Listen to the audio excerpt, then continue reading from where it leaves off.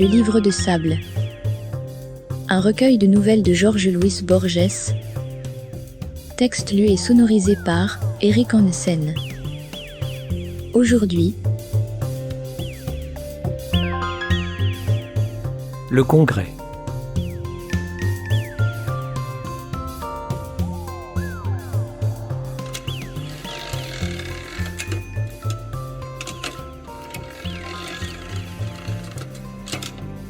Voici les faits, je les rapporterai de la façon la plus brève.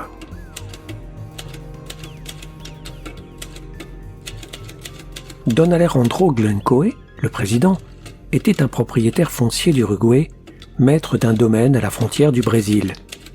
Son père, originaire d'Aberdeen, s'était fixé sur notre continent au milieu du siècle dernier. Il avait amené avec lui une centaine de livres, les seuls, j'ose l'affirmer, que Don Alejandro eût jamais lus.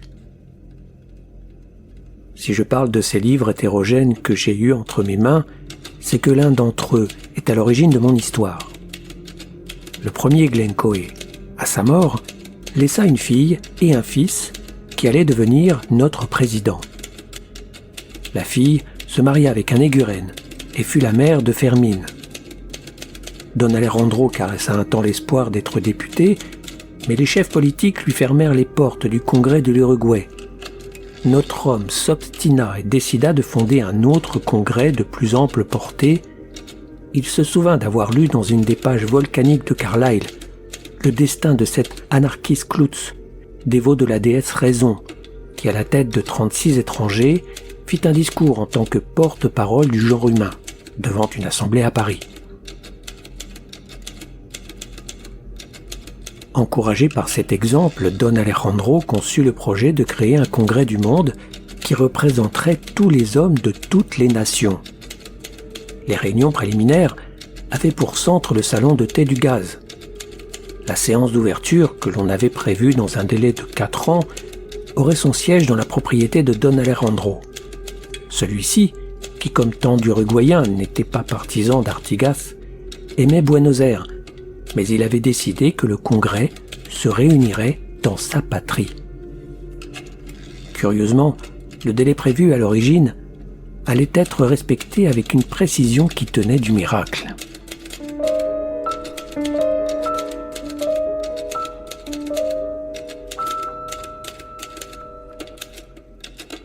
Au début, nous touchions nos jetons de présence qui n'étaient pas négligeables. Mais le zèle qui nous enflammait fit que Fernandez Irala, qui était aussi pauvre que moi, renonça à toucher les siens, et nous en fîmes tous autant. Cette mesure fut bénéfique car elle permit de séparer le bon grain de l'ivraie. Le nombre des congressistes diminua, et il ne resta plus qu'un petit groupe de fidèles.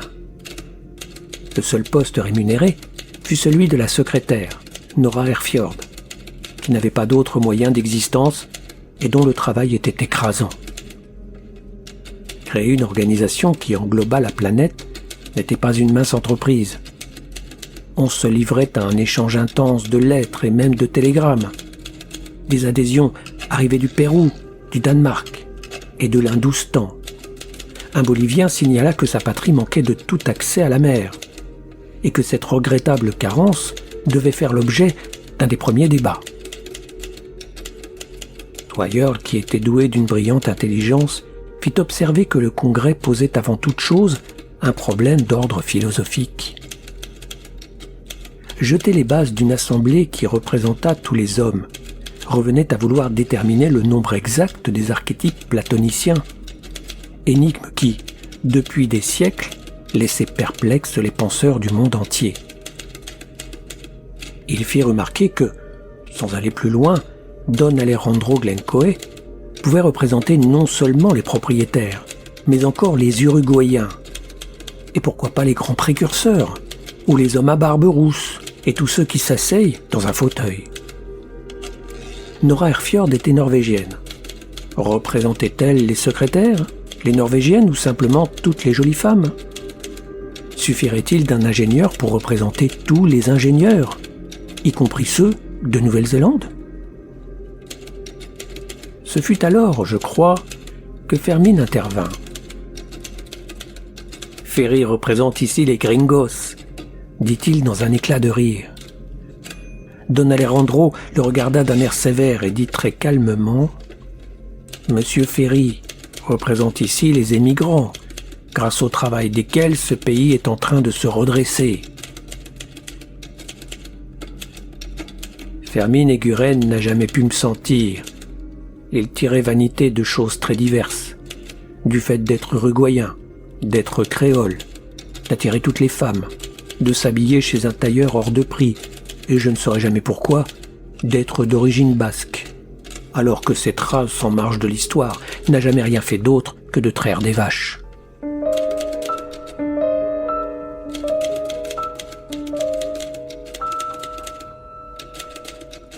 Un incident des plus futiles consacra notre inimitié. À l'issue d'une séance, Eguren nous proposa d'aller rue Runin. Ce projet ne me souriait pas, mais j'acceptais pour ne pas m'exposer à ses moqueries. Nous y fûmes avec Fernandez Irala. En quittant la maison, nous croisâmes un Malabar. Eguren, qui avait un peu bu, le bouscula. L'autre nous barra le passage et nous dit « Celui qui voudra sortir devra passer par ce couteau. » Je revois l'éclat de la lame dans la pénombre du vestibule. Eguren se jeta en arrière, terrifié. Je n'étais pas très rassuré, mais le dégoût l'emporta sur la peur. Je portai ma main à ma veste, comme pour en sortir une arme, en lui disant d'une voix ferme « Nous allons régler cette affaire dans la rue. » L'inconnu me répondit d'une voix complètement changée « C'est ainsi que j'aime les hommes. Je voulais simplement, mon ami, vous mettre à l'épreuve. » Il riait maintenant, très affable. « Ami, c'est vous qui le dites ?» répliquai-je, et nous sortîmes. Lors mon couteau pénétra dans le lupanar, j'appris par la suite qu'il s'appelait Tapia ou Paredes, ou quelque chose dans ce goût-là, et qu'il avait une réputation de bagarreur. Une fois sur le trottoir, Irala, qui avait gardé son sang-froid, me tapa sur l'épaule et déclara grandiloquent « Il y avait un mousquetaire parmi nous trois. Bravo, D'Artagnan !» Fermín Eguren ne me pardonna jamais d'avoir été le témoin de sa couardise.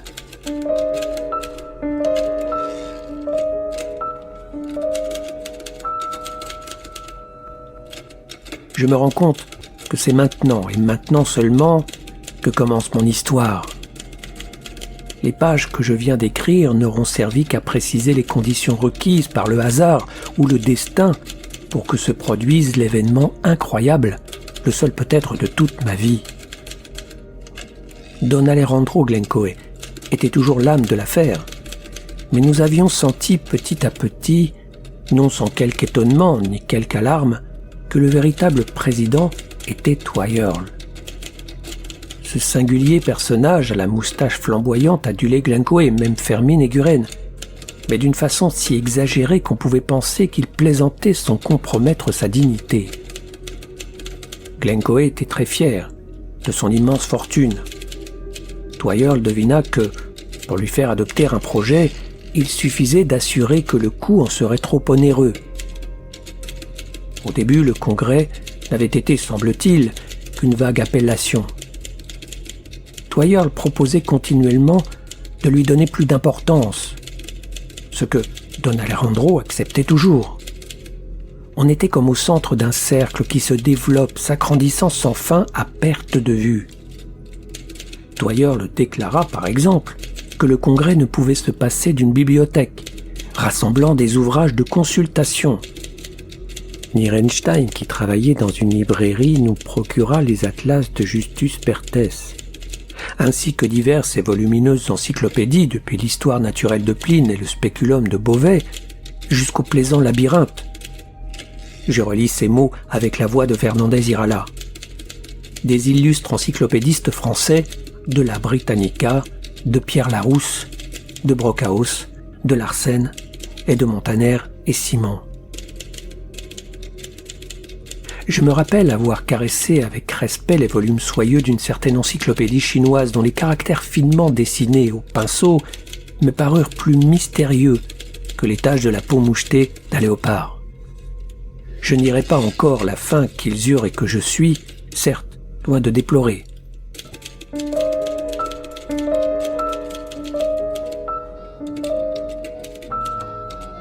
Don Alejandro s'était pris d'amitié pour Irala et pour moi, peut-être parce que nous étions les seuls qui ne cherchions pas à le flatter. Il nous invita à passer quelques jours dans sa propriété de la Calédonia, où déjà les maçons étaient au travail. Après une longue remontée du fleuve et une traversée sur une barge, nous abordâmes un beau matin sur l'autre rive. Il nous fallut ensuite loger de nuit dans des pulpérias misérables, ouvrir et fermer bien des portes de clôture dans la Cuchilla Negra. Nous voyageons en calèche. Le paysage me parut plus vaste et plus solitaire que celui qui entourait la ferme où je suis né. Et j'ai encore présentes à la mémoire les deux images du domaine, celle que j'avais imaginée et celle que mes yeux contemplèrent enfin. Absurdement, je m'étais figuré, comme en un rêve, un impossible mélange de la plaine de Santa Fe et d'un palais, des eaux et forêts. La Calédonia était une longue bâtisse en pisé, avec un toit de chaume à 2 pentes et une galerie carrelée. Elle me sembla construite pour affronter les pires intempéries et pour défier le temps. Les murs grossiers avaient près d'1 mètre d'épaisseur et les portes étaient étroites. Personne n'avait songé à planter un arbre. Le soleil de l'aube et celui du couchant y dardaient leurs rayons. Les enclos étaient empierrés. Le bétail nombreux, maigre et bien encorné, les queues tourbillonnantes des chevaux touchaient le sol. Pour la première fois, je connus la saveur de la viande d'une bête fraîchement abattue. On apporta des paquets de galettes. Le contremaître me confia quelques jours après qu'il n'avait jamais mangé un morceau de pain de sa vie. Irala demandait où étaient les toilettes. Don Alejandro, d'un geste large, lui désigna le continent. C'était une nuit de lune. Je suis sorti faire un tour et je surpris mon ami à l'œuvre, sous la surveillance d'un andou.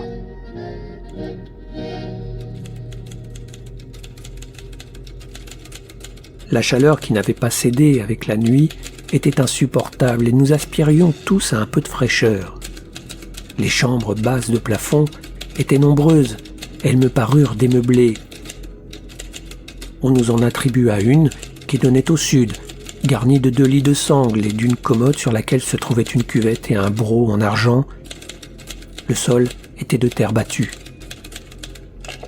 Le lendemain, je découvris la bibliothèque et les volumes de Carlyle où je cherchais les pages consacrées au porte-parole du genre humain. C'est Anarchis Cloutz, à qui je devais de me trouver là ce matin, dans cette solitude.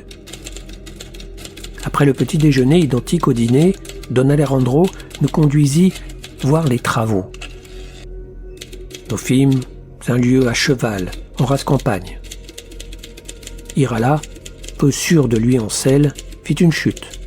Le contremaître observa sans un sourire. Le citadin met pied à terre avec beaucoup d'adresse. Nous aperçûmes de loin la construction en cours. Une vingtaine d'hommes avaient levé une sorte d'amphithéâtre discontinu.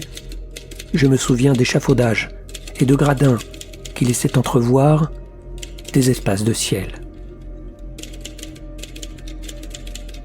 J'essayai à plusieurs reprises d'entamer la conversation avec les gauchos, mais ma tentative échoua. Ils savaient d'une certaine manière qu'ils étaient différents. Pour se comprendre entre eux, ils employaient un espagnol laconique et nasillard aux accents brésiliens. Dans leurs veines coulait sans doute du sang indien et du sang noir. Ils étaient robustes et de petite taille. À la Calédonia, j'avais la sensation, jamais éprouvée jusqu'alors, d'être un homme grand. Presque tous portaient le chiripa et certaines des culottes bouffantes. Ils ne ressemblaient que fort peu, ou pas du tout, aux personnages larmoyants de Hernandez ou de Rafael Obligado. Stimulés par l'alcool des samedis, ils devenaient facilement violents. Pas une seule femme parmi eux, et je n'entendis jamais de guitare. Mais ce qui m'intéressa plus que les hommes de ce pays, ce fut le changement quasi total qui s'était opéré chez Don Alejandro. À Buenos Aires, C'était un homme affable et mesuré. À la Calédonia, un austère chef de clan, comme ses ancêtres. Le dimanche matin, il lisait l'écriture sainte aux péons qui ne comprenaient pas un seul mot. Le contremaître, un jeune homme qui avait hérité la charge de son père, accourut un soir pour nous dire qu'un saisonnier et un péon se disputaient à coups de couteau. Don Alejandro se leva le plus tranquillement du monde. Il arriva sur les lieux, se débarrassa de l'arme qu'il portait habituellement sur lui et la remit au contremaître, qui me parut trembler de peur. Puis il s'ouvrit un chemin entre les lames d'acier. Je l'entendis donner immédiatement cet ordre : « Lâchez vos couteaux, les enfants. » De la même voix tranquille, il ajouta : « Maintenant on se serre la main et on se tient convenablement. Je ne veux pas d'histoire ici. » Tous deux obéirent. J'appris le lendemain que Don Alejandro avait congédié le contremaître. Je me sentis encerclé par la solitude. J'eus peur de ne jamais revoir Buenos Aires. Je ne sais si Fernandez Irala partagea cette crainte, mais nous parlions beaucoup de l'Argentine et de ce que nous y ferions au retour. Il rêvait avec nostalgie des lions sculptés d'un portail de la rue Jujuy, près de la place de l'Once, ou des lumières d'un certain Almacén, qu'il situait mal, plutôt que des endroits qu'il fréquentait d'ordinaire. J'ai toujours été bon cavalier, j'ai pris l'habitude de partir à cheval et de parcourir de longues distances. Je me souviens encore du cheval arabe que je montais le plus souvent et qui doit être mort maintenant. Peut-être m'est-il arrivé un après-midi ou un soir de pénétrer au Brésil, car la frontière n'était rien d'autre qu'une ligne tracée par des bornes. J'avais appris à ne plus compter les jours quand à la fin d'une journée comme les autres, Don Alejandro nous prévint. « C'est l'heure d'aller nous coucher. Nous partons demain à la fraîche. » En redescendant le fleuve, je me sentais si heureux que j'en arrivais à penser avec tendresse à la Calédonia.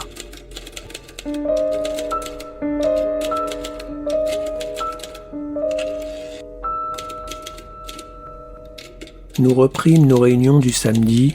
Dès la première séance, Toyeurle demanda la parole. Il nous dit dans son habituel langage fleuri que la bibliothèque du Congrès du Monde ne pouvait s'en tenir à des ouvrages de consultation et que les œuvres classiques de tous les pays et de toutes les langues constituaient un véritable témoignage que nous ne pouvions négliger sans danger. Le rapport fut aussitôt approuvé. Fernandez Irala et le professeur Cruz, qui enseignait le latin, acceptèrent la mission de dresser la liste des textes nécessaires. Toyeurle s'était déjà entretenu de ce projet avec Nierenstein.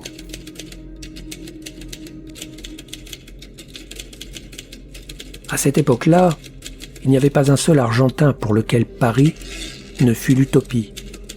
Le plus impatient de nous tous était sans aucun doute Fermín Eguren. Venait ensuite Fernandez Irala, pour des raisons fort différentes. Pour le poète de marbre, Paris, c'était Verlaine et le comte de Lille. Pour Eguren, c'était un prolongement amélioré de la rue Runine. Je le soupçonne de s'être mis d'accord avec Toyeurle. Celui-ci, au cours d'une autre séance, entama une discussion à propos de la langue qu'utiliseraient les congressistes et évoqua la nécessité d'envoyer 2 délégués, l'un à Londres et l'autre à Paris, afin de s'y documenter. Pour feindre l'impartialité, il proposera d'abord mon nom, puis, après une brève hésitation, celui de son ami Eguren. Don Alejandro, comme toujours, acquiesça. Je crois avoir déjà dit que Vrain, en échange des leçons d'italien que je lui donnais, m'avait initié à l'étude de l'infinie langue anglaise. Il laissa de côté, dans la mesure du possible, la grammaire et les phrases fabriquées à l'intention des débutants et nous entrâmes de plein pied dans la poésie dont les formes exigent la concision. Mon premier contact avec la langue qui allait meubler ma vie fut le vaillant Requiem de Stevenson. Puis ce furent les ballades que Percy fut découvrir à l'honorable XIXe siècle. Peu avant de partir pour Londres, j'eus l'éblouissante révélation de Swinburne qui m'amena, ô sacrilège, à douter de l'excellence des alexandrins d'Irala.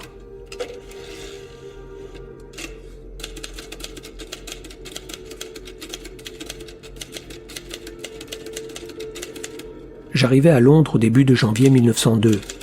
Je me rappelle la caresse de la neige, que je n'avais jamais vue et dont je goûtais le charme. Par bonheur, j'avais pu éviter de voyager avec Eguren. Je trouvais à me loger dans une modeste pension derrière le British Museum, dont je fréquentais la bibliothèque matin et soir en quête d'un langage qui fût digne du congrès du monde. Je ne négligeais pas les langues universelles. J'abordais l'espéranto, que le lunario sentimental donne pour équitable, simple et économique. Et le volapük, qui veut exploiter toutes les possibilités linguistiques en déclinant les verbes et en conjuguant les substantifs. Je pesais les arguments pour ou contre la résurrection du latin, dont nous traînons la nostalgie depuis des siècles. Je m'attardais même dans l'étude du langage analytique de John Wilkins, où le sens de chaque mot se trouve dans les lettres qui le composent. Ce fut sous la haute coupole de la salle de lecture que je rencontrai Béatrice.